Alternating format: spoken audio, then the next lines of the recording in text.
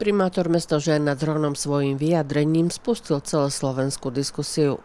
Železničná spoločnosť Slovensko oznámila, že od 1. februára 2026 končí predaj cestovných dokladov nielen na železničnej stanici v Žiari nad Hronom, ale aj v Rožňave, Dunajskej Strede, Kysuckom Novom Meste, Sabinove, Sládkovičove či v Seredi.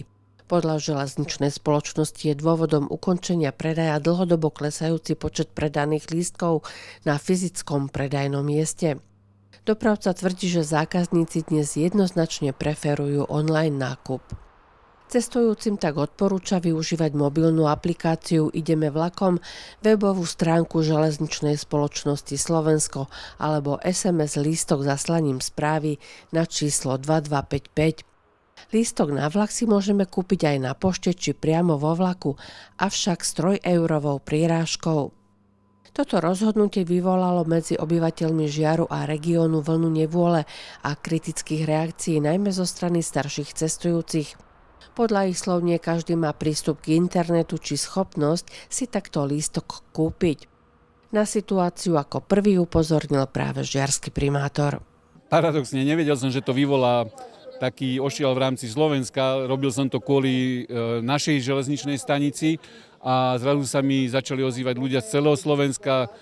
To video moje malo do dnešného dňa 200 000 videní, 700 zdieľaní. Ozvali sa mi odborári zo ŽSSK, ozvali sa mi v podstate aj obchodný riaditeľ spoločnosti, s ktorým ideme hľadať riešenie. Ja som pripravený na všelijaké rôzne riešenia, dokonca som ochotný kúpiť ten automat, ale zistil som, že oni automaty vôbec do dneska ešte nepoužívajú, čiže musíme to vyriešiť. A slúbil, že sa o to pokúsia, či to už bude v rámci IDS kancelárie 11.2.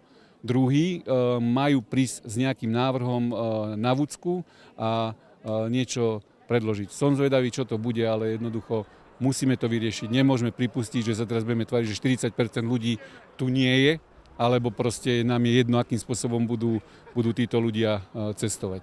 Peter Rantal sa spojil s predsedom Banskobystrického samosprávneho kraja Ondrejom Lunterom, aby mu pomohol situáciu riešiť, pričom žiarsky primátor navrhuje, že ak cestujúci nastúpi na vlak na mieste, kde nie je klasický okienkový predaj, má mu byť umožnené kúpiť si lístok priamo vo vlaku, ale bez prirážky.